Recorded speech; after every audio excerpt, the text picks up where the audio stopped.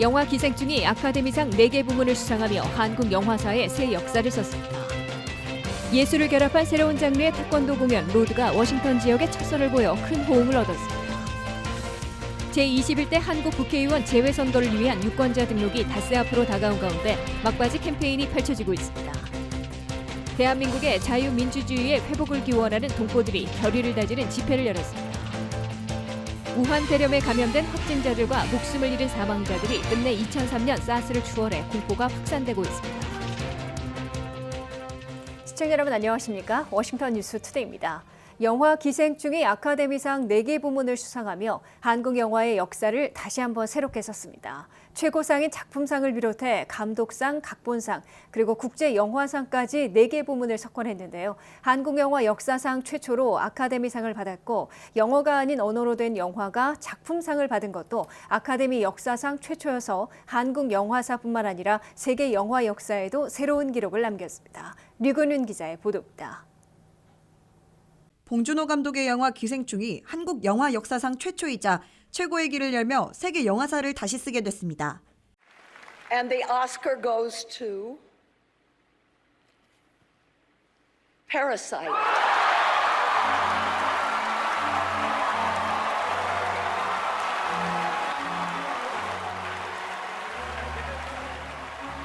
미국 현지도 사로잡았던 봉준호 감독의 기생충. 제92회 아카데미 시상식에서 최고의 영예인 작품상을 비롯해 감독상과 각본상, 그리고 국제영화상까지 4개 부문을 석권했습니다. 봉준호 감독이 세계적인 영화 거장으로 다시 한번 인정받으며 한국 영화의 위상도 높였습니다. 기생충은 92년 오스카 역사상 비영어권 영화 최초로 작품상을 수상했습니다. 각본상은 아시아 영화 최초이며 국제영화상과 작품상 동시 수상은 64년 만입니다. 또한 칸 영화제 황금 종려상과 아카데미 작품상을 같이 받은 영화로는 1955년 델버트맨 감독의 로맨틱 코미디 영화 마티 이후 처음입니다. 기생충은 프랑스 칸 국제영화제 황금 종려상을 시작으로 세계 영화 팬들의 주목을 받기 시작했습니다. 이후 북미, 아시아, 중동 영화제를 포함해 전 세계로 이어가며 예술성과 대중성 모두 인정받았습니다. 특히 지극히 한국적인 이야기로 풀었지만 전 세계가 공감하는 자본주의 및 빈부격차 문제를 풍자해 세계 평단의 높은 평가를 받아왔습니다. 이날 봉 감독은 감독상을 수상하며 마틴 스코세이지, 쿠엔틴 타란티노 등 거장 감독들에게 존경을 표해 많은 이들에게 감동을 안겼습니다. 또한 한진원 작가와 함께 각본상을 받을 때는 시나리오를 쓴다는 게 사실 고독하고 외로운 작업이라며 국가를 대표해 쓰는 것은 아닌데 이 상은 한국이 오스카에서 받은 최초의 상이라고 말하며 위상을 높이기도 했습니다. 한편 시상식에서 남녀 주조연상은 이변 없이 골든글로브 시상식과 동일하게 호명됐습니다.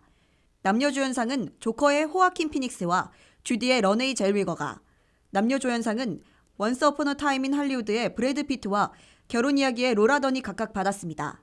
기생충이 후보에 올랐던 미술상과 편집상은 원스 어폰 어 타임 인 할리우드와 포드 대 페라리로 돌아갔습니다. WKTV 뉴스 유근윤입니다. 스포츠와 예술을 결합해 문화로 즐길 수 있는 새로운 장르의 태권도 공연이 워싱턴 지역에 첫 선을 보여 뜨거운 호응을 받았습니다. 스포츠라는 개념을 넘어 태권도의 춤과 연기를 결합해 한편의 뮤지컬을 보는 듯 스토리를 담은 공연이었는데요. 이번 무대를 계기로 태권도가 다양한 연령층의 관객들에게 쉽게 다가갈 수 있는 예술 공연으로 확대되길 기대하고 있습니다. 이현경 기자가 그 현장을 다녀왔습니다. 태권도와 문화예술이 만난 새로운 장르의 공연 로드가 워싱턴 지역 관객들을 찾아왔습니다. 화려한 태권도 퍼포먼스를 중심으로 댄스와 연기를 선보이며 관객들은 매료됐습니다.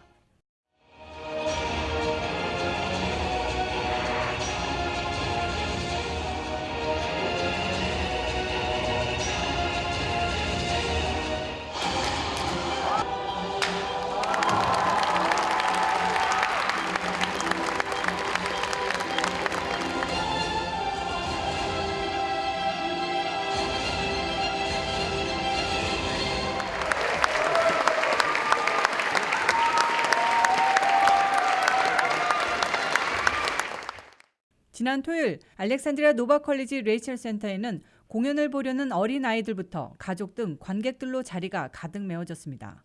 공연팀은 경민대학교 3, 4학년 태권도 시범단 출신으로 다른 태권도 공연과 차별화된 모습을 보이며 자신감을 드러냈습니다.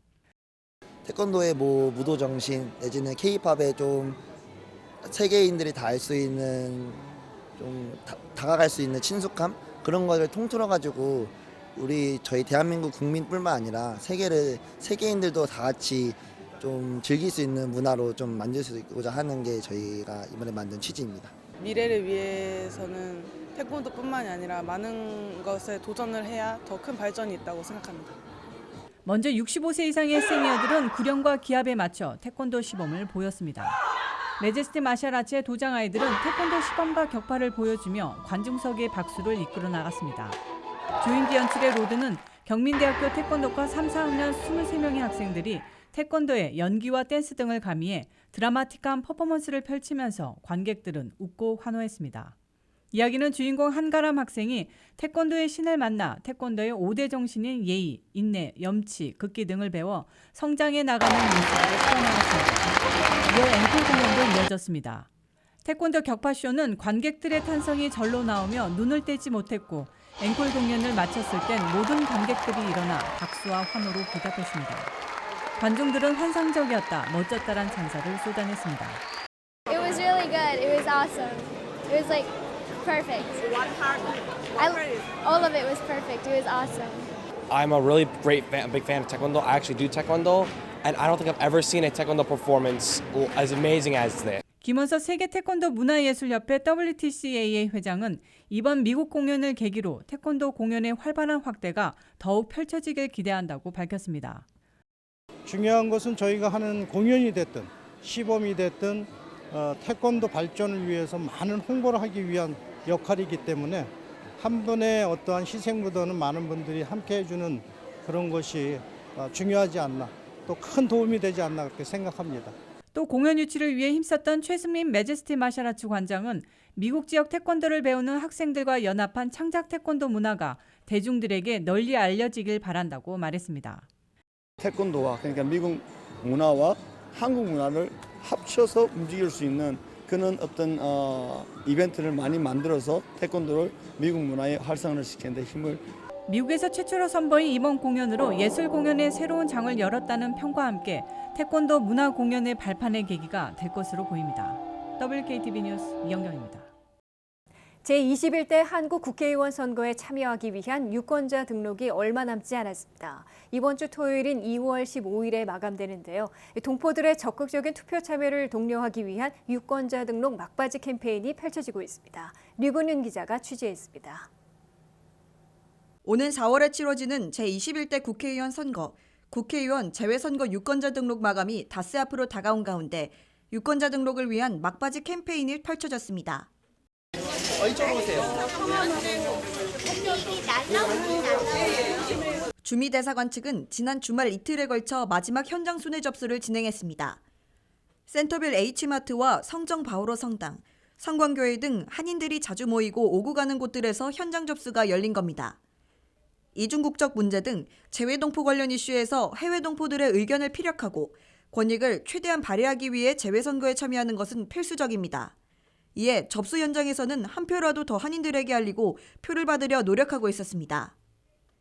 제 국민들이 등록에 꼭 참여를 하셔서 4월 15일에 선거를 해주셔가지고 저희들의 권익과 권리를 찾을 수 있는 기회가 돼서 대한민국 발전에 큰 기회를 해주셨으면 좋겠습니다. 현재 한인들의 유권자 등록과 투표 참여 수는 지난 20대 국회의원 선거에 비해 적은 편입니다. 물론 워싱턴 지역에서 투표가 가능한 재외국민 수가 당시 약 4만 4천 명에서 현재 3만 5,839명으로 많이 감소한 것을 감안한다면 비율적으로는 다소 올라갈 수 있겠으나 여전히 등록률은 약 7%대를 웃돌고 있는 상황입니다. 재외국민들의 한 표가 한국 정치에 영향을 미치고 그 영향이 국제정세나 다시 재외국민에게도 닿을 수 있음을 생각한다면 미주한인들의 적극적인 선거 참여가 절실해 보입니다. 이날 선거에 참여하기 위해 등록을 하려는 사람들도 한마음으로 나서 지인들에게 선거 등록을 알리겠다며 안내지를 가져가기도 하고 선거 참여를 응원하고 독려했습니다. 근데 한국의 정치판이 너무 소란한 것 같았어요. 그래서 공정하게 선거 잘 치러지기를 바라서 한 표 귀중한 거 행사하려고 왔어요. 금년 초 공직선거법 개정으로 2002년 4월 16일 이전에 출생한 만 18세 이상의 대한민국 국적자는 투표권을 가질 수 있어 젊은 청년들의 투표 참여가 가능하게 됐습니다. 재외선거 신고 신청을 하려면 여권번호가 필수이고 주민등록번호가 있는 경우는 국외 부재자로 주민등록번호가 말소되거나 없다면 재외선거인으로 신청하면 됩니다. 재외선거 신고와 신청은 인터넷, 순회 접수, 우편 접수, 공관 방문으로 할 수 있습니다. 대외국민 선거 등록 마감이 얼마 남지 않았습니다. 소중한 한 표를 통해 미주한인들의 권리를 다시금 되찾는 기회가 되어야겠습니다. 유권자 등록 신청 현장에서 WKTV 뉴스 유근윤입니다. 대한민국의 자유민주주의의 회복을 기원하는 동포들이 한자리에 모였습니다. 워싱턴과 뉴욕, 뉴저지, 애틀랜타, 한국 등 각지에서 참석한 350여 명의 한인들은 대한민국 공산화 반대, 자유민주주의의 시장경제 회복과 한미동맹에 대한 결의의 목소리를 다졌습니다. 태극기와 성조기로 메워진 집회 현장에 김지수 기자가 다녀왔습니다. 미국에 거주하는 애국 동포들이 한자리에 모여 태극기와 성조기를 흔드는 모습이 토마스 제퍼슨 기념관 앞을 가득 메웠습니다.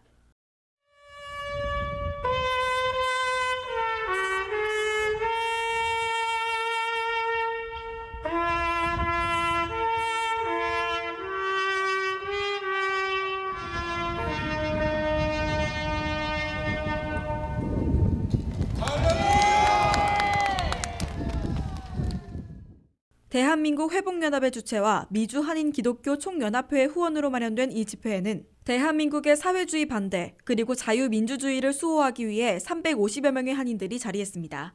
대회 준비위원장 이인탁 변호사는 일부 개회 선언을 통해 미국의 자유민주주의의 기초를 닦은 토마스 제퍼슨 대통령의 기념관 앞에서 모인 의미를 다시 한번 강조하며 참석한 동포들에게 환영과 격려의 말을 전했습니다. 이어 애국가와 미국가 그리고 순국소녀에 대한 묵념의 순서가 진행됐습니다. 대한민국 회복연합 대표 한성주 장군은 우리의 모국 대한민국의 자유민주주의를 되찾기 위해 유린된 대한민국 국가 시스템을 회복하고 사회주의를 막아야 한다며 애국 동포들이 한자리에 모여 한마음으로 기도하는 자리를 가지게 됐다고 말했습니다. 이 메시지는 대한민국 국민들과 또 트럼프 대통령께 전달하는 것이 목적입니다. 또 미국 국민들께 전달하는 것이 목적입니다. 표 훔치기를 통해서 이제 사회주의 국가로 합법적으로 위장한 합법으로 넘어가게 돼 있는데 그것을 대한민국 국민들에게 알려드리고 트럼프 대통령에게 알려드려서 미연에 방지하든지 이 추운 날씨에도 이렇게 대한민국을 구출하겠다고 함께 기도하러 나와주신 우리 성도 여러분들께 또 애국자 여러분들께 진심으로 감사를 드립니다.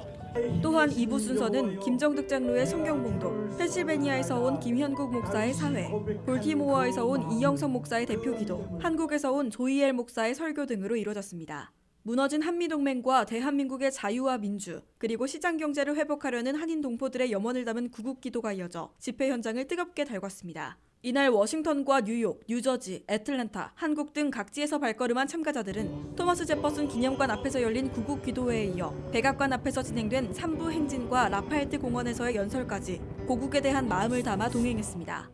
이곳에 모인 한인들은 대한민국의 자유민주주의 회복을 위해 보수 대통합을 외쳤습니다. 토마스 제퍼슨 기념관에서 WKTV 뉴스 김지수입니다. 신종 코로나 바이러스에 감염된 확진자들과 목숨을 잃은 사망자들이 근래 2003년 사스를 추월해 바이러스 공포가 더욱 확산되고 있습니다. 중국 내 확진자들은 10일 현재 4만 명, 사망자들은 900명을 넘어섰는데요.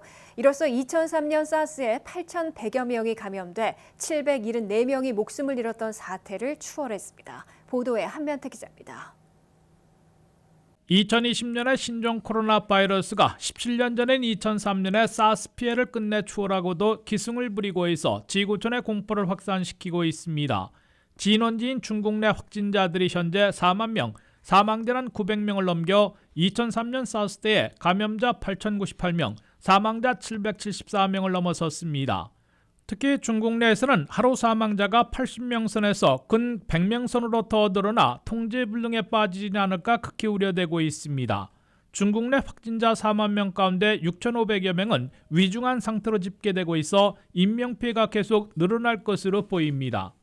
중국 이외에도 27개국에서 확진자들이 늘고 있는데 일본이 크루즈 유람선 감염자들이 급증하며 135명으로 대폭 증가했고 싱가포르 40명, 태국 32명, 홍콩 29명, 한국 27명의 순으로 나타났습니다.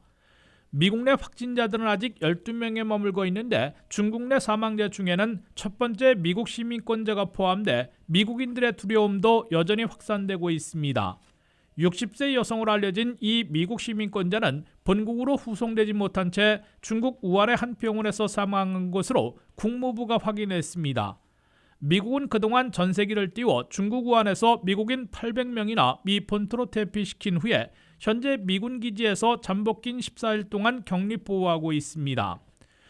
미국 내 확진자 12명 가운데 캘리포니아가 6명으로 절반이나 차지하고 있고 일리노이 2명, 워싱턴주와 애리조나, 매사추세츠, 위스콘신이 각 1명씩을 기록하고 있습니다. 이와 함께 미국 내 의심 환자들이 36개 주에서 337명이 있는 것으로 집계됐으나 그중에 225명은 음성으로 나타났고 100명에 대해서 아직 검사하고 있습니다.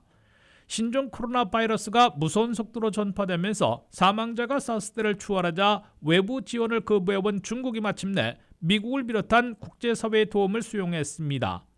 이에 따라 미국이 주도하는 WHO 세계보건기구 전문가팀이 중국에 입국해 전역을 돌면서 신종 코로나 바이러스의 상황을 파악하고 무엇으로 퇴치할 수 있을지 해법을 알아보게 됩니다. 미 전문가들은 그간 사스는 물론 이볼라 바이러스, 조류독감 등을 다뤄본 경험으로 중국을 돌면서 이번 바이러스를 연구하고 어떻게 통제할 수 있을지 해법을 찾게 될 것으로 밝히고 있습니다. WKTV 뉴스 한면택입니다.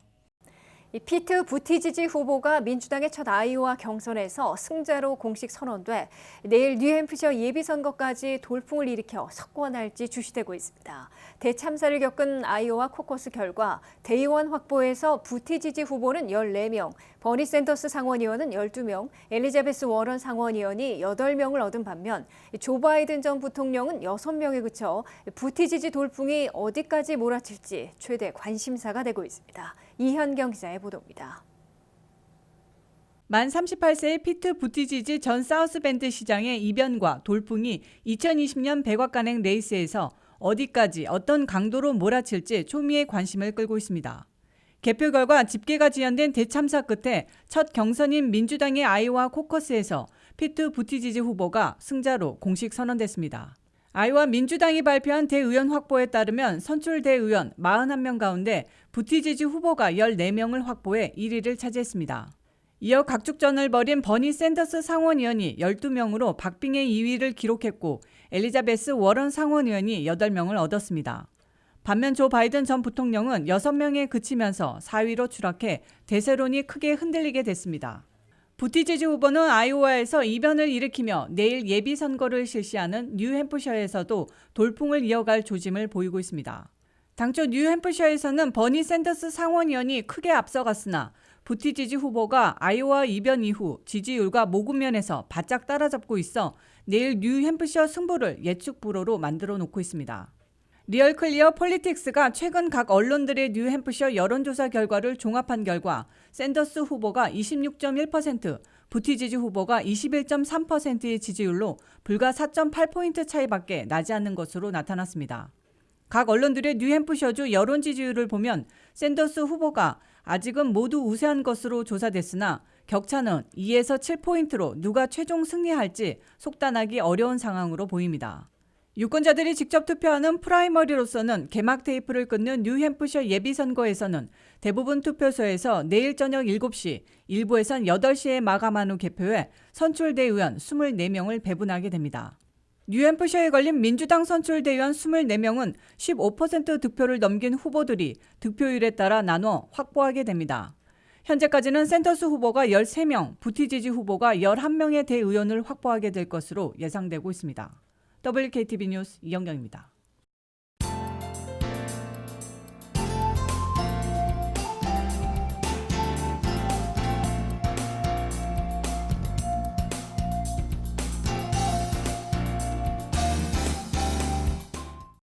이상으로 워싱턴 뉴스투데이를 마치겠습니다. 시청해주신 여러분 고맙습니다.